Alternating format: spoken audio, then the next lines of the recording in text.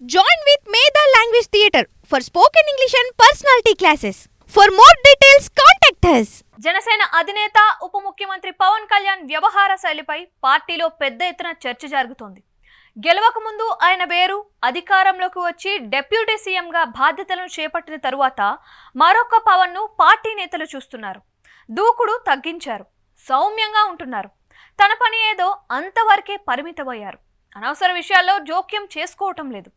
తరచూ ముఖ్యమంత్రి చంద్రబాబును కూడా కలవడం మానుకున్నారు. మంత్రివర్గ సమావేశాల్లో మినహా మరెప్పుడూ చంద్రబాబును కలిసేందుకు పవన్ కళ్యాణ్ ప్రయత్నించడం లేదు. ఇదంతా ఒక ఎత్తు అయితే మరొక అంశం పైన కూడా పార్టీలో చర్చ జరుగుతోంది.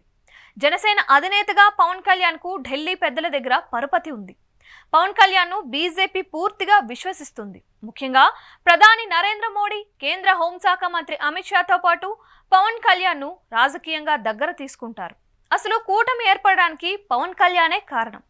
వైసీపీ అధికారంలో ఉన్నప్పుడు ప్రధాని నరేంద్ర మోడీ విశాఖ పర్యటనకు వచ్చినప్పుడు ప్రత్యేకంగా పవన్ కళ్యాణ్ పిలిపించుకొని మాట్లాడారు. రాజకీయాలపై చర్చించారు కూడా. అంతటి సన్నిహిత సంబంధాలున్నాయి. ఇక టీడీపీని కూటమిలో భాగస్వామిగా చేయడానికి తాను బీజేపీ అధినాయకత్వం పట్ల తిట్లు కూడా తిన్నానని పవన్ స్వయంగా వెల్లడించారు. అయితే కూటమి అధికారంలోకి వచ్చిన తర్వాత ఒక్కసారి ప్రధాని నరేంద్ర మోడీని పవన్ కళ్యాణ్ తన కుటుంబ సభ్యులతో కలిసి వచ్చారు. అంతే తప్ప తరువాత ఆయన ఢిల్లీ వైపు చూడలేదు. ఖజానా ఖాళీగా ఉందని పవన్ కళ్యాణ్కు తెలుసు. కొన్ని రాష్ట్ర ప్రయోజనాలు ఇంకా అందవలసి ఉందని కూడా పవన్కు తెలియంది కాదు. కానీ ఇప్పటి వరకు ఢిల్లీకి వెళ్ళకపోవడానికి కారణం ఏంటి అన్నది మాత్రం నేతలకి అర్థం కావటం లేదు. ఇప్పటికే ముఖ్యమంత్రి చంద్రబాబు నాయుడు పలుమార్లు ఢిల్లీకి వెళ్లి ప్రధాని నరేంద్ర మోడీని, కేంద్ర మంత్రులను కలిసి వచ్చారు. కానీ పవన్ కళ్యాణ్ మాత్రం ఆయన వెంట వెళ్లడం లేదు. రాష్ట్రానికే పరిమితం అయ్యారు. ఢిల్లీ వెళ్లి కేంద్రంలో ప్రభుత్వ పెద్దలపై ఒత్తిడి తేవడం పవన్కు ఇష్టం లేదని కొందరు చెబుతున్నారు. కానీ ముఖ్యమంత్రి చంద్రబాబు నాయుడు ఢిల్లీకి వెళ్తున్నందున తాను వెళ్లడం అవసరం అన్న ఆలోచన కూడా ఉంది అంటున్నారు. పోనీ తన శాఖకు చెందిన కేంద్ర మంత్రులను ఢిల్లీకి వెళ్లి కలిసే ప్రయత్నం కూడా పవన్ కళ్యాణ్ చేయటం లేదు.